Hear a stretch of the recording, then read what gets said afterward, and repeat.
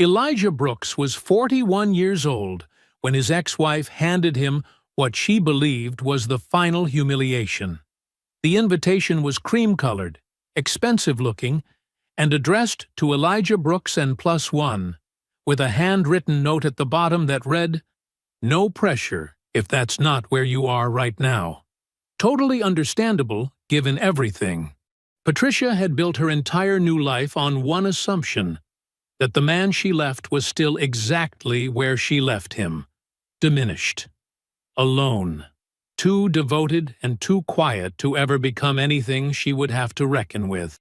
What she did not know was that the man she drained of $214,000, his father's house, his inheritance, 3 years of his life, had spent every month since the divorce building something she could not have imagined. And on the night of her engagement party, surrounded by every person whose opinion she had ever curated, that door opened. The room went still. Patricia's champagne flute stopped halfway to her lips, and the smile she had been wearing all evening slowly stopped working. Before we jump into the story, comment where in the world you are watching from and subscribe, because tomorrow's story is one you need to hear. The hospital chair had molded perfectly to Elijah's shape, the vinyl worn smooth in places where he sat for countless hours over the past 3 years, his legal pad balanced on his knee as he meticulously reorganized Patricia's medication schedule, his engineer's mind breaking down the complex symphony of pills and treatments into clear, manageable patterns. "Good morning, Mr. Brooks." Sarah, the day shift nurse, greeted him with a warm smile as she checked Patricia's vitals. "You're here early today." "Morning, Sarah." "How's Jamie doing with his college applications?" Elijah asked, not looking up from his notes but genuinely interested. He knew all the nurses' stories, their children's names, their vacation plans, their small daily victories and struggles. He was the only husband on the floor who remembered these details. Sarah updated him on her son's college prospects while she worked, and Elijah made appropriate, encouraging responses. This was his routine now, as familiar as the structural calculations he used to spend his days on before the diagnosis changed everything. 9 years ago, he had married Patricia in a small church ceremony. They had been good together at first. She supported his dreams of building his own structural engineering consultancy, and he admired her marketing savvy. They had settled into a comfortable rhythm over the years, even as they gradually spent more time in parallel rather than together. Then came the day Patricia's doctor diagnosed stage 2 lymphoma, and Elijah's carefully planned world tilted on its axis. His consultancy had been gaining momentum. High-profile clients, complex projects that challenged his expertise in identifying structural weaknesses and engineering elegant solutions. But when Patricia got sick, there was no question. He scaled back his hours, referred his biggest clients to colleagues, and devoted himself to managing her care. The nurses had been shocked at first by his detailed tracking systems, spreadsheets monitoring medication timing, side effects, and treatment responses. But that was how Elijah's mind worked. He approached Patricia's illness like one of his engineering projects, methodically, thoroughly, leaving no detail unchecked. The memory of his father's final week still ached, a quiet bruise he carried beneath his ribs. Patricia had been having a particularly severe reaction to her treatment protocol, and Elijah couldn't leave her side.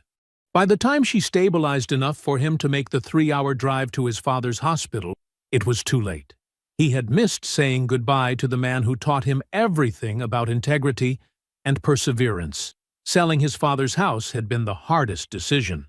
The modest 2-story home represented everything his parents had worked for. His father's pride in owning something outright, in leaving a legacy for his son.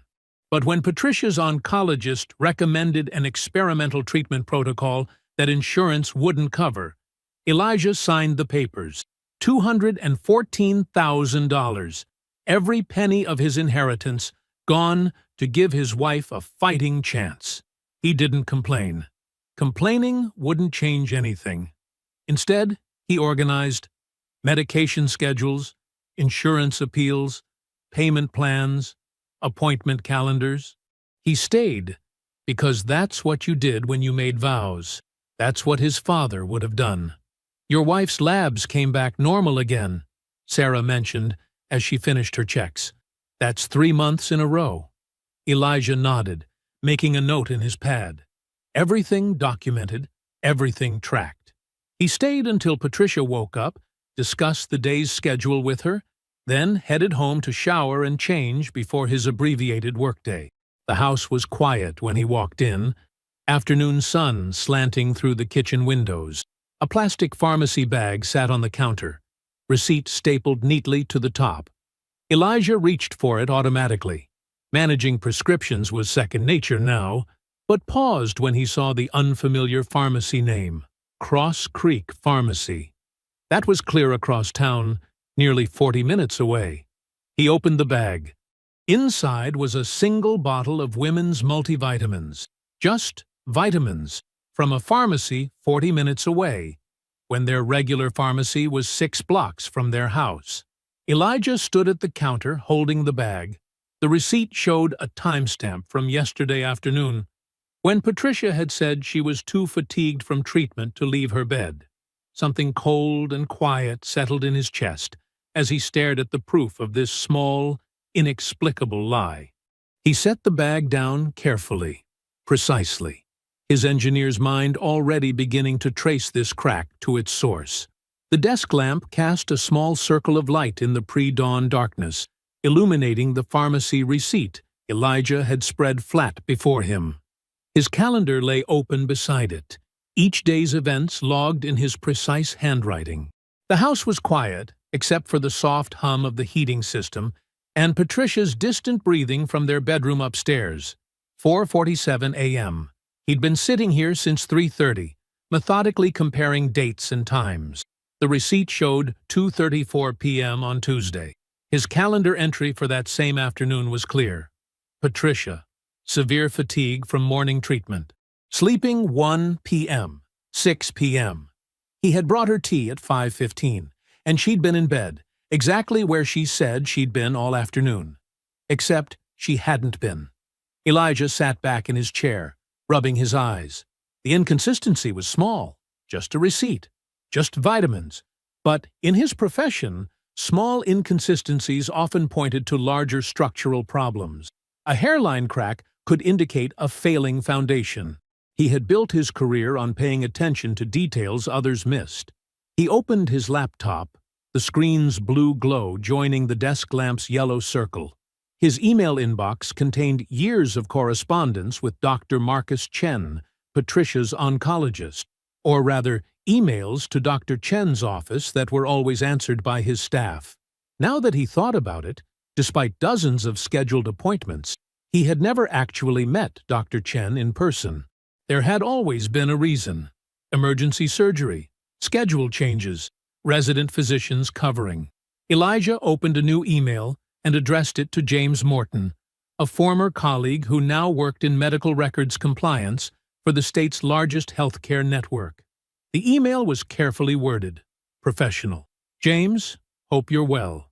Quick compliance question regarding patient record verification protocols. What's the standard procedure for confirming active patient status with a specific physician? Dealing with some insurance documentation that requires verification.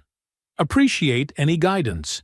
He included Dr. Chen's name and office details in a casual postscript, as though it were simply an example.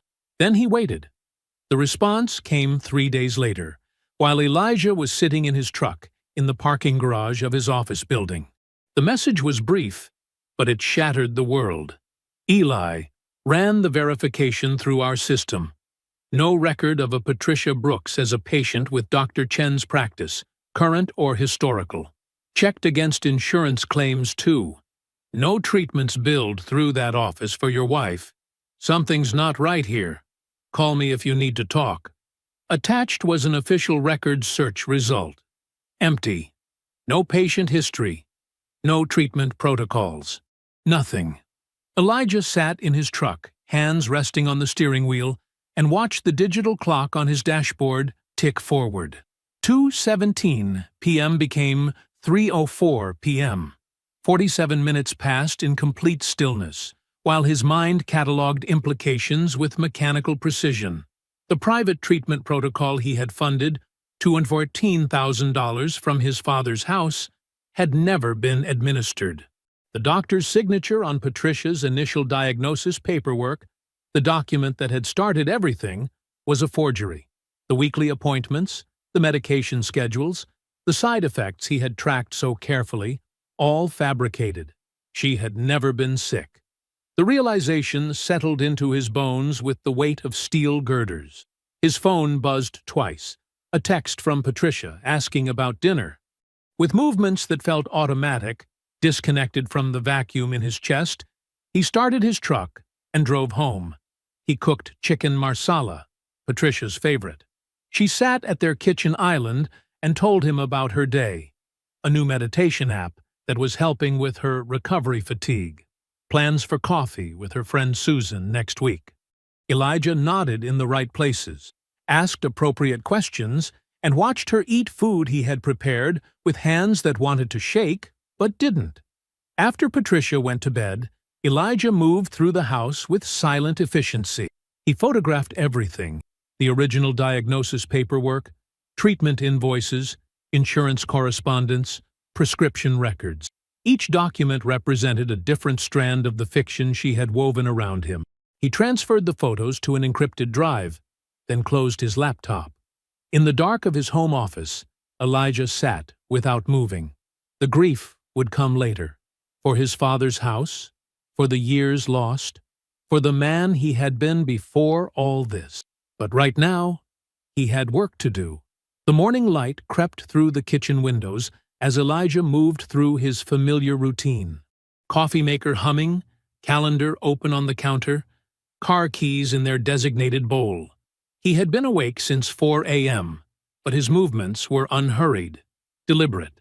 Upstairs, Patricia still slept. He poured coffee into his travel mug, the same one he'd used every workday for the past 3 years. The normalcy of the motion felt surreal now, like watching someone else's hands perform familiar tasks. His wedding ring caught the early light as he screwed on the lid. The sound of Patricia stirring upstairs didn't alter his rhythm. He continued reviewing his schedule for the day, pen moving across the page with the same precise strokes as always. When she appeared in her robe, he looked up with the same quiet smile he'd worn every morning of their marriage. "Early meeting?" she asked, reaching for her own coffee mug. "Structural assessment on the Harrison project," he replied, the lie settling easily between them. In truth, he was meeting with Sarah Chen, no relation to the fictional Dr. Chen, a divorce attorney recommended by a colleague who valued discretion. Over the next 3 weeks, Elijah maintained his routine with mechanical precision. Coffee, calendar, keys. He attended Patricia's fictional appointments, took notes during conversations with nurses who didn't exist, and documented medication schedules for drugs that were never prescribed. Each careful record added another layer to the evidence he was building. In his office downtown, Sarah Chen helped him construct a different kind of architecture. They identified his consultancy's most valuable contracts, the ones that would generate sustainable revenue for years, and quietly transferred them to a new corporate entity. On paper, it appeared Elijah was walking away with nothing but his personal belongings and a failing business. Patricia grew looser, more careless, reading his quiet compliance as surrender. She started coming home at irregular hours, offering vague explanations about support group meetings or therapy sessions. Sometimes she didn't explain at all.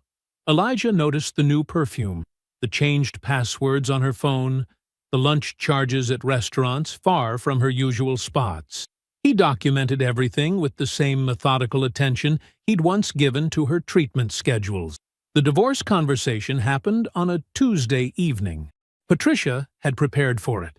He could tell by the way she'd positioned herself at the kitchen island, hands wrapped around a mug of tea, face arranged in an expression of practiced concern. "I think we need to talk," she began. Elijah set down his work papers and gave her his full attention. He had been waiting for this moment, had rehearsed his reactions carefully. "I've been doing a lot of thinking," she continued, "about everything we've been through. The illness, the recovery." She paused, watching his face. "Sometimes surviving something like that changes you, makes you see things differently." He nodded, encouraging her to continue. "I need to find myself again, Eli.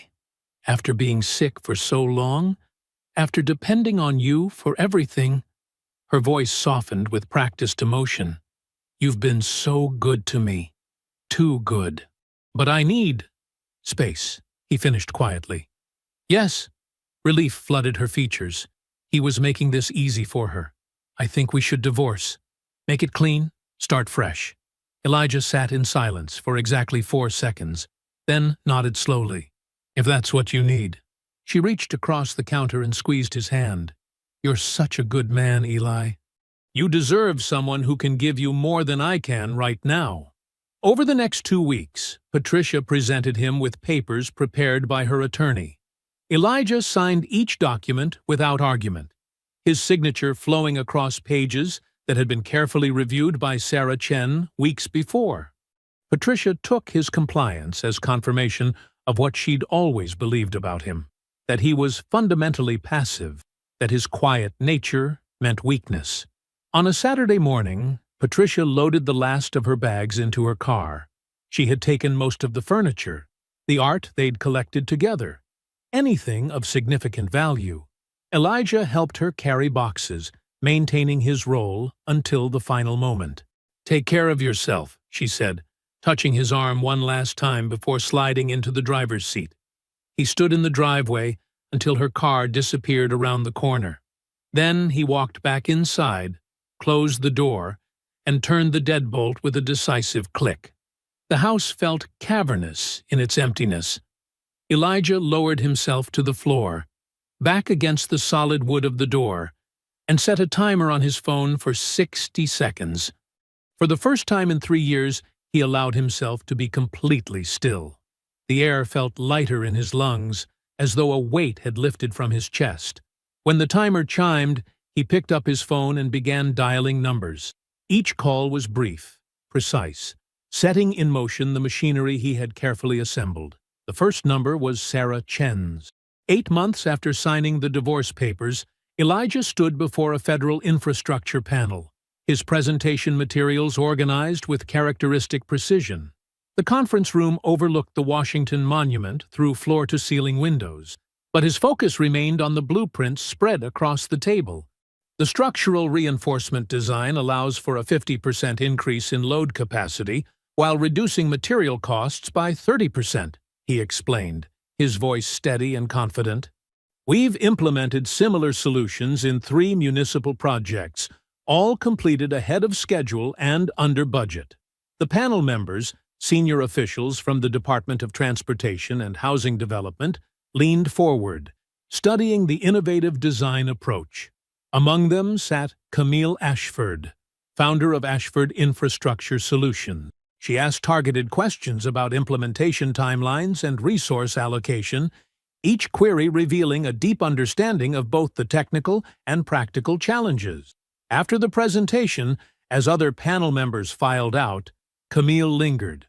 "Your approach to the support structure integration is interesting," she said, pointing to a specific detail in the blueprints. "I haven't seen anyone solve that particular problem quite that way before." Elijah explained his reasoning, and they fell into an easy technical discussion that lasted well past the scheduled meeting time. He noticed how quickly she grasped complex concepts, how she anticipated his next points before he made them.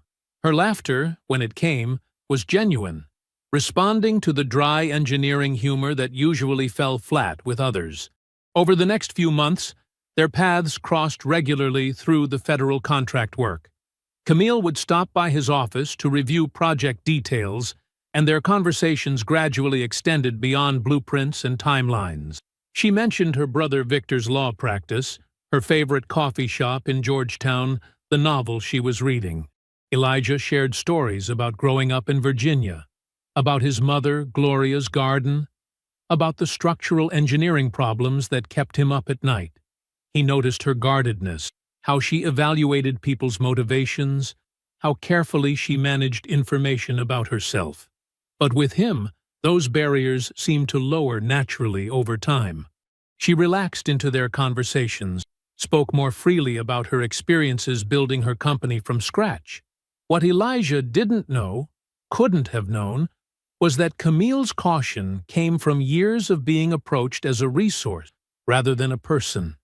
Men saw her company's federal contracts, her Forbes profile, her net worth. They crafted careful strategies to get close to her. But Elijah just saw her sharp mind, her quiet determination, her unexpected humor. 4 months into working together, they had dinner at a small Italian restaurant in Alexandria. Camille watched him solve a structural problem on a napkin, completely absorbed in the work, and realized he still had no idea who she was in the broader business world. When he finally looked up from his impromptu calculations, she was smiling. "What?" he asked. "Nothing," she said. "Just, it's nice to be seen as a person first." Their relationship developed with the same quiet certainty that characterized everything Elijah did. No grand gestures, no public declarations, just two people recognizing something rare and valuable in each other. When he finally learned about her company's true scope and her personal wealth, it was through a casual mention in a trade publication. He set the magazine down and continued their conversation about weekend plans without missing a beat. The wedding was exactly what they both wanted: small, private, meaningful. Gloria cried during the ceremony, dabbing her eyes with a handkerchief. Victor gave a toast that was equal parts legal precision and genuine warmth. No press, no industry networking, no performance for others' benefit. That evening, they sat at their kitchen table, still in their wedding clothes, sharing take-out Chinese food from their favorite local place. The house was quiet, except for the soft clink of chopsticks and the hum of the refrigerator. Light from the setting sun filtered through the windows, casting long shadows across the hardwood floors. Camille reached across the table and covered Elijah's hand with hers. Without hesitation, he turned his palm upward and interlaced their fingers, holding on with quiet certainty. The cream-colored envelope arrived on a Tuesday morning, mixed in with bills and advertisements. Elijah sorted through the mail at the kitchen counter, Camille's voice drifting in from her home office where she was on a conference call. The envelope was thick, the paper clearly expensive. His name and address were printed in elegant script: Elijah Brooks, and +1. He recognized Patricia's taste immediately. She had always been particular about stationery, about the visual weight of important communications. He opened it carefully, sliding his finger under the sealed flap. The invitation inside matched the envelope's quality: heavy cardstock, letterpress printing, gold foil accents catching the morning light from the kitchen window. Together with their families, it read, Patricia Hargrove and Douglas Fenn request the pleasure of your company at their engagement celebration. He noted Patricia's return to her maiden name, a deliberate choice, like everything else about the invitation. The party details followed: date, time, venue, an upscale hotel downtown known for hosting society events. Then, at the bottom, in Patricia's distinctive handwriting, the looping script he'd seen on countless notes and cards over their years together, was a personal message. Hope you can make it, Eli. And please, do bring someone if you have them. No pressure at all if that's not where you are right now. Totally understandable given everything. We just want you to feel comfortable. Elijah read it once, his expression unchanging. He set the invitation down on the counter and walked to the back porch, letting the screen door close softly behind him. The morning air was cool, birds chattering in the maple tree that shaded the yard. He pulled out his phone and called his mother. Gloria answered on the second ring. "Good morning, baby." "Morning, Mama." He paused, then said, "Got an invitation today. From Patricia. She's getting married." He heard his mother's slow intake of breath. "Let me read you something." He recited the handwritten note word for word, his voice steady and controlled. Gloria was quiet for a long moment. Then, with the controlled restraint of a woman who had been biting her tongue for 9 years, she said, "She wrote that on purpose." "I know, Mama." "You going?" Elijah looked out at the yard, watching a cardinal land on the bird feeder he'd hung last weekend. He thought about the parking garage where he'd first learned the truth. He thought about the photograph still in the box he hadn't unpacked. His father in front of his house, the summer before he died. "Yeah," he said. "We're going." "Good." Gloria's voice held quiet satisfaction. "You let me know what you need." He ended the call and stood there for another minute, letting the morning settle around him. Through the screen door, he could hear that Camille's call had ended. He went back inside. She was in the kitchen where he'd left her, coffee mug in hand. She glanced up as he entered, her expression open and attentive. Without speaking, he slid the invitation across the counter toward her.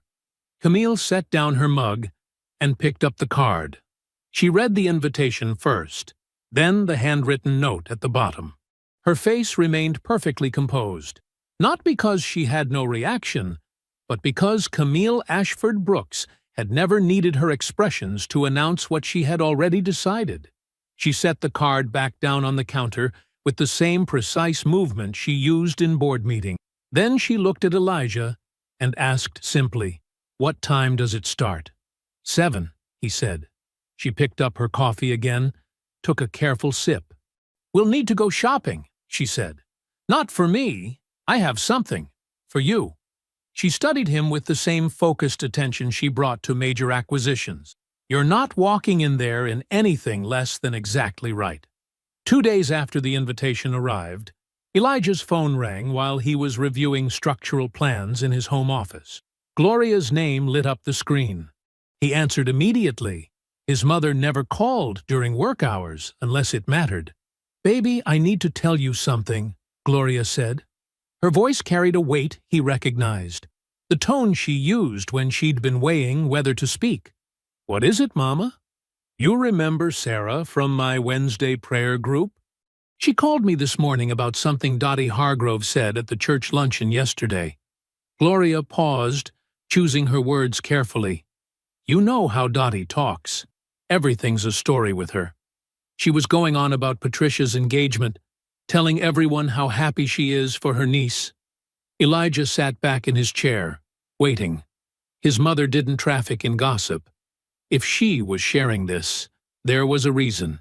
Then Dottie said something strange. She mentioned how Patricia's little health scare had worked out fine because she had a good friend in the right office. Those were her exact words, Elijah. Sarah caught it right away. She remembered what you went through. What we all thought we were going through. Elijah's hand tightened on the phone. "Did Dottie say anything else about this friend?" "That's why I waited to call you. I did some asking around first." Gloria's voice steadied, becoming precise. "Patricia worked at MedBill Solutions before you married her. Had a close friend there named Jenny Marshall who handled physician documentation. This woman had access to everything. Letterhead, signature stamps, billing codes. She still works there." The implications settled into Elijah's chest like cold lead. "How long ago did Patricia work there?" "She left 6 months before your wedding." Gloria let that sink in. "Elijah, she didn't come up with this when things got bad. She had this connection, this whole plan. Before you even said your vows, she married you, knowing exactly what she was going to do." Elijah looked at the photo on his desk. Him and Camille on their wedding day, both of them smiling real smiles. Then he thought about his first wedding photos, wondering how many of Patricia's smiles had been genuine and how many had been performance. "There's more," Gloria continued. "Dottie mentioned that Patricia and Jenny still meet for lunch sometimes. Last time was about 2 months before you found out the truth. Dottie saw them at that little cafe near the medical center." Elijah opened his laptop and began taking notes, his engineer's precision taking over. Names, dates, locations. Thank you for telling me, Mama. I'll handle it from here. I know you will, baby. That's why I waited until I had something solid. After ending the call, Elijah immediately dialed Victor Ashford's office number. Camille's brother picked up on the first ring. Victor, I need to retain you formally. Are you free this afternoon?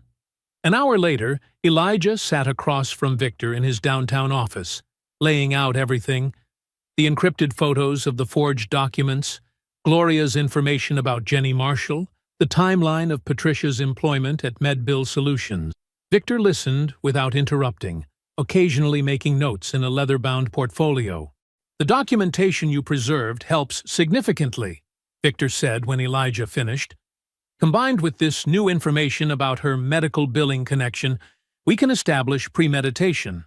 This wasn't just fraud, it was constructed fraud with clear intent. What do you need from me? Victor opened his laptop. I'm going to pull financial records first, both Patricia's and this Jenny Marshall's. If they were meeting regularly, there might be payment traces. Even small ones matter. Lunch receipts, coffee meetings, everything builds the pattern. He looked up at Elijah. How soon do you need this compiled? The engagement party is in 3 weeks. Victor nodded, understanding immediately. I'll have preliminary findings by the end of the week. Full documentation before the party. He studied Elijah's face. You're sure you want to do it there? Yes. Elijah's voice was quiet but firm. That's where she chose to make it public. That's where she'll learn what public really means. Victor made another note. 2 questions from you. Then we get started. First, can you prove the money from my father's house went directly to her condo down payment? If it did, we'll find it. Bank records don't lie. Victor looked up. Second question, how solid does the documentation need to be for a civil recovery claim? The call from Victor came on a Wednesday morning, exactly 1 week before the party. His voice carried the particular weight of someone who had found what they were looking for and wished they hadn't. Can you come to the office? I've finished the financial review. When Elijah arrived, Victor's desk was covered in organized stacks of documentation. Bank statements, property records, and transaction histories laid out in precise chronological order. Victor gestured to the chair across from him. You should sit for this, he said, reaching for the nearest folder. I traced every dollar from your father's house sale. The full amount was $214,000. The initial transfer went to what looked like a medical billing account, but that account was registered to a shell company controlled by Jenny Marshall, Patricia's contact at MedBill Solutions. Elijah nodded, his face carefully neutral. And from there? Victor opened the folder. The money moved through 3 separate accounts over 8 days. Then it split into 2 streams. He placed a document in front of Elijah. The first stream, $165,000, went directly into escrow for a down payment on a condo at the Ashworth. Property records show Patricia purchased it 14 months before she asked for the divorce. She used her maiden name on the paperwork. The precision of the timeline hit Elijah in the chest. 14 months before the divorce meant she had bought the condo while he was still spending his days in that hospital chair, reorganizing her medication schedule and coordinating with nurses who didn't exist. The remaining $49,000 funded what I can only describe as preparation, Victor continued, spreading out more documents. High-end furniture deposits, travel bookings through a luxury service, season tickets to the symphony.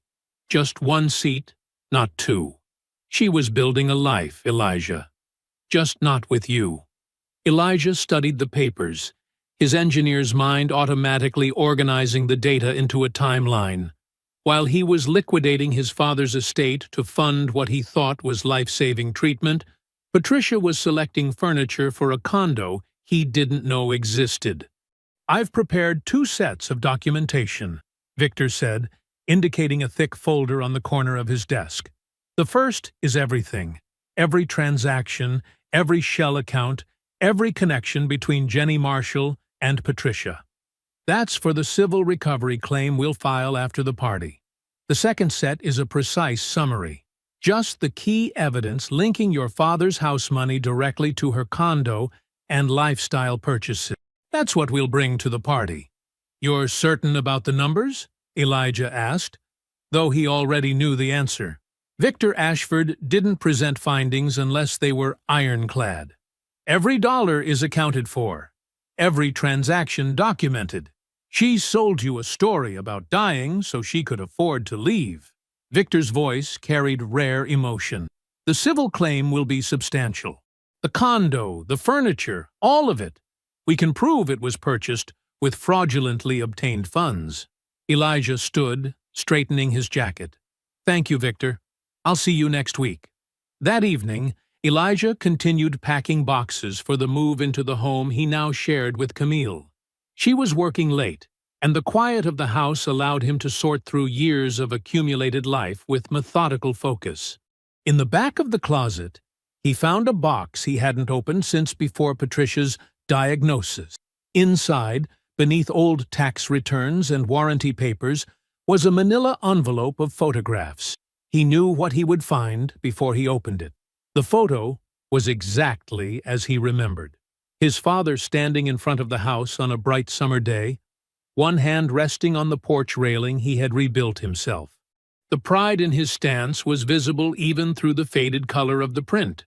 This was a man who had built something solid, something meant to last. The house in the photograph wasn't extraordinary, a well-maintained two-story in a good neighborhood, but it represented everything his father had achieved. Every mortgage payment, every repair, every improvement had been earned through honest work, and Elijah had sold it to fund a lie. He studied his father's face in the photograph, remembering the final phone call from the hospice nurse. He had been at the hospital with Patricia during what she claimed was a severe treatment reaction. By the time he arrived at hospice, his father was gone. Elijah held the photograph for a long time, letting the weight of everything it represented settle into his bones. Then, with careful deliberation, he folded it and walked to the closet where his suit hung ready for next week's party.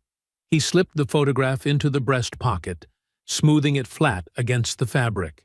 The Ashworth Club's ballroom glowed with carefully curated warmth, crystal chandeliers casting soft light over cream-colored tablecloths and strategic flower arrangements in muted golds and whites. Every detail had been selected to communicate arrival, to transform an engagement party into a statement about who Patricia Hargrove had become. Elijah stood just inside the entrance, taking in the scene with the measured assessment of a structural engineer. The room was laid out to create natural sightlines to wherever Patricia stood, a subtle architectural reminder of who this evening was designed to celebrate. She was across the room now, radiant in a fitted cream dress that probably cost more than most people's monthly mortgage payments, holding court near the center tables with a champagne flute, balanced elegantly between manicured fingers. He recognized her performance, the careful tilt of her head as she listened, the practiced laugh that carried just far enough to draw attention without seeming to seek it. She had perfected these movements years ago, and he had watched her deploy them at countless dinner parties before the diagnosis that wasn't a diagnosis changed everything. Douglas stood beside her, one hand resting possessively at the small of her back, pride evident in his stance. He didn't know yet. He was still living inside the story Patricia had constructed for him. A server passed with a tray of champagne. Elijah declined with a small shake of his head, preferring to keep his hands free. He had chosen his position carefully, visible from where Patricia stood, but not immediately demanding her attention. He knew she had already noticed him. He knew she would approach on her own timeline when she had arranged her face and selected her words. It took less than 3 minutes. He watched her catch sight of him, watched the satisfaction settle into her features, subtle enough that only someone who had known her for years would recognize it. This was the moment she had designed when she wrote that note at the bottom of the invitation. The diminished ex-husband attending her triumph alone, exactly as she had predicted. She excused herself from her group with practiced grace, lifting 2 fresh champagne flutes from a passing server as she crossed the room.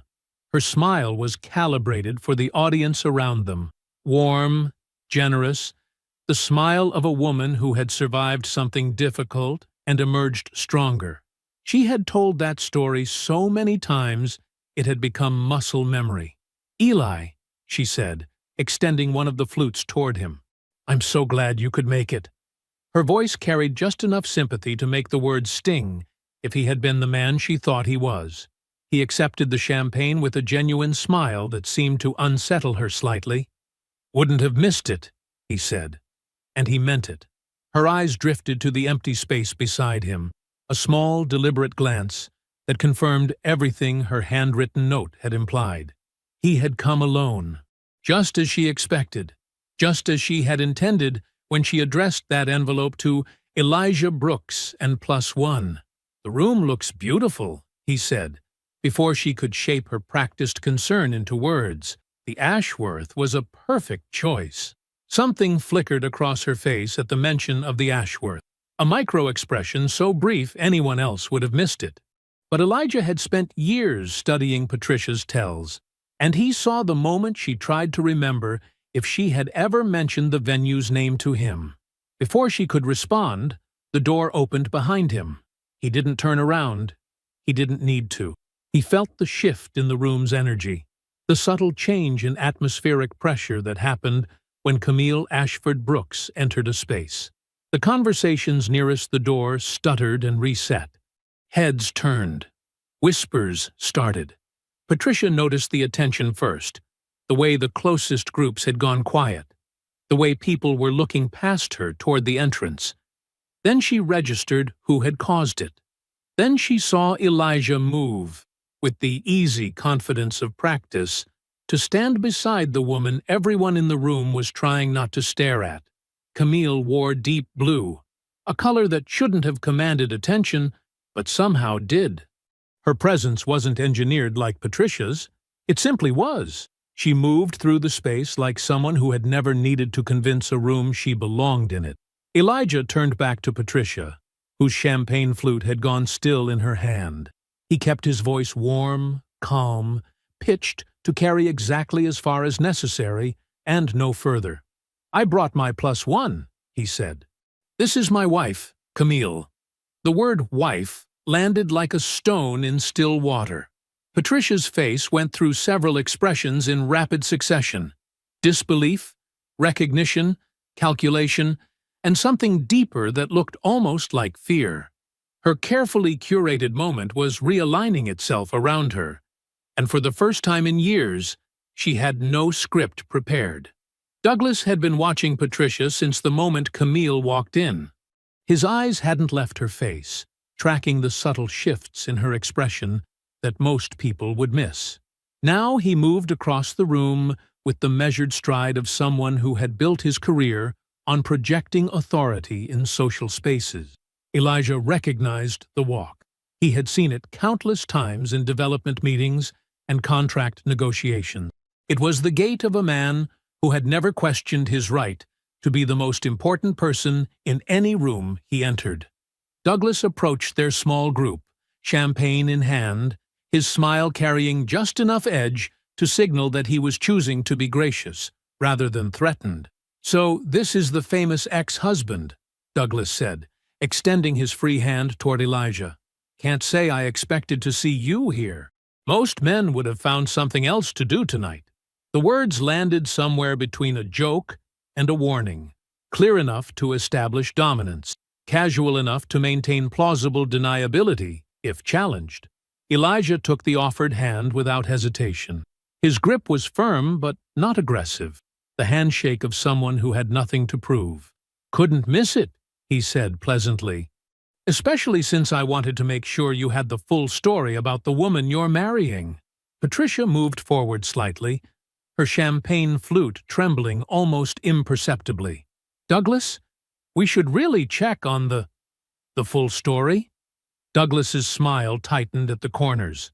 "I think I know my fiancé pretty well." Elijah glanced toward the edge of the room where Victor Ashford stood, briefcase in hand, watching the scene unfold with professional detachment. Victor moved forward at Elijah's subtle nod, his steps unhurried and precise. He reached their group just as Patricia tried again to redirect Douglas's attention. "Darling, the caterers needed to discuss." "Victor Ashford," Victor said, his voice carrying just enough authority to stop Patricia mid-sentence. "Family attorney." He placed his briefcase on the nearest cocktail table and withdrew a thick manila folder. The sound of the folder touching the polished wood seemed unnaturally loud in the sudden quiet that had settled around them. Gloria Brooks, who had slipped in quietly during the commotion of Camille's entrance, now sat at a nearby table. She watched the scene with the calm satisfaction of someone who had waited years for this particular moment. She did not speak. She did not need to. "You'll want to review this before the evening is over," Victor said, sliding the folder toward Douglas. His tone carried no judgment, no emotion at all. Just the professional certainty of someone who knew exactly what the documentation contained. Patricia's hand shot out, trying to catch Douglas's arm. "This is ridiculous. They're trying to ruin our evening. We don't need to." But Douglas was already reaching for the folder. Something in Victor's tone had caught his attention.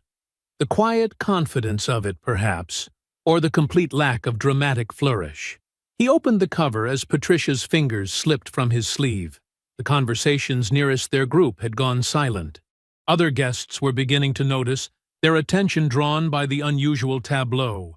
The groom-to-be standing over a cocktail table, the bride-to-be frozen beside him, a distinguished-looking attorney watching without expression as pages turned.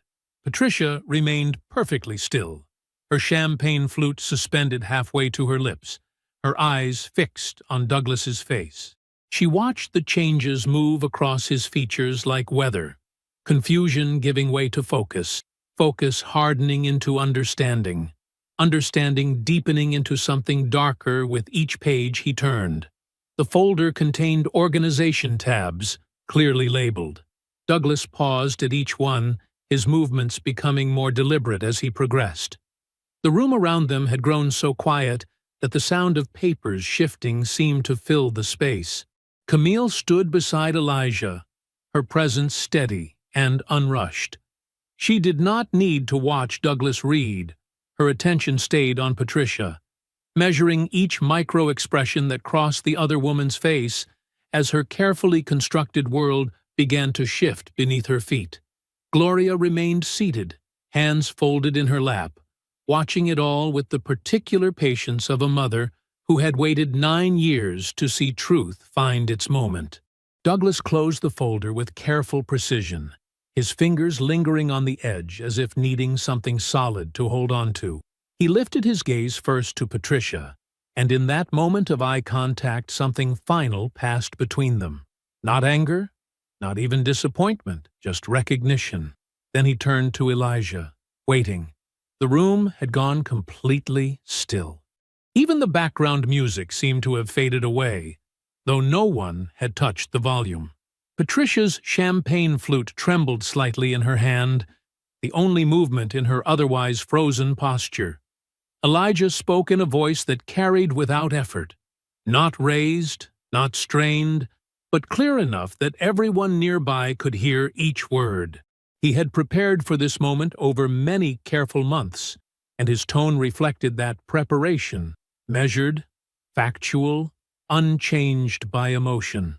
$214,000, he said. That's what my father's house sold for. The house he spent 30 years paying off. The money went through a shell account set up to look like medical payments. From there, it went to 2 places. The down payment on a condo on Highland Avenue, purchased 14 months before she filed for divorce, and a series of personal expenses that had nothing to do with cancer treatments.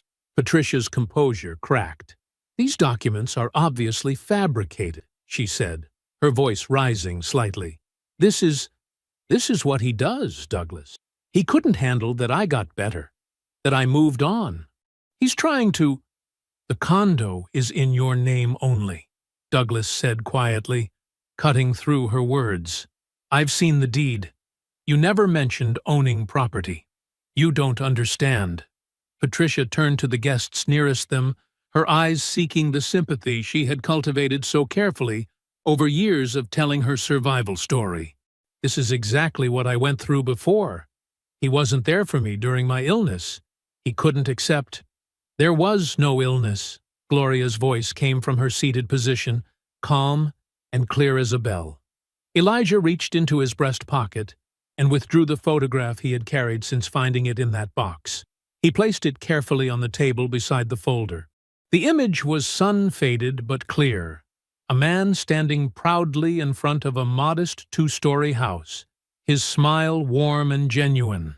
"That's my father," Elijah said, in front of his house, 2 years before she sold it. The silence deepened. Patricia's appeals died in her throat, as several guests who had heard her tell the cancer survival story multiple times began to step back slightly, creating distance. Elijah picked up his champagne glass. He turned to Douglas, and his voice carried no anger, only the genuine wish that another man might avoid what he had endured. "Thank you for the party," he said. "I honestly hope you have better luck than I did." He extended his hand to Camille, who took it without hesitation. They moved toward the exit together, their steps unhurried.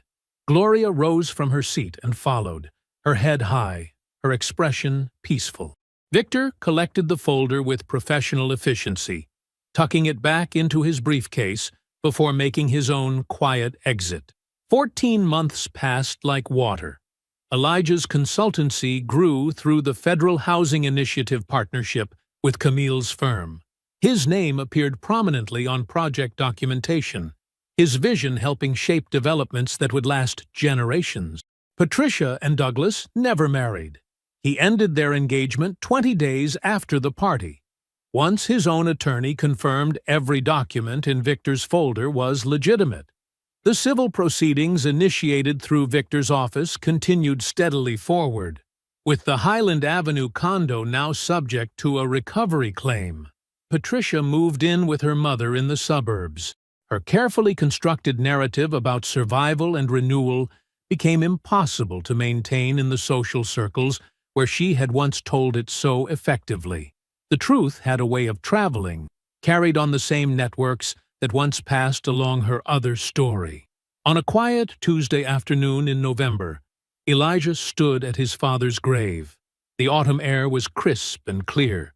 He placed his hand on the cool stone and stood in silence, feeling the weight of everything that had changed and everything that remained constant. He had a meeting scheduled in an hour, a final review of the housing initiative's next phase. His name would be on those documents too. He walked back to his car without hurry. He was not late. I hope you enjoyed that one. Be sure to like the video and subscribe so you don't miss the next story. I've picked out 2 more for you that I think you'll really like.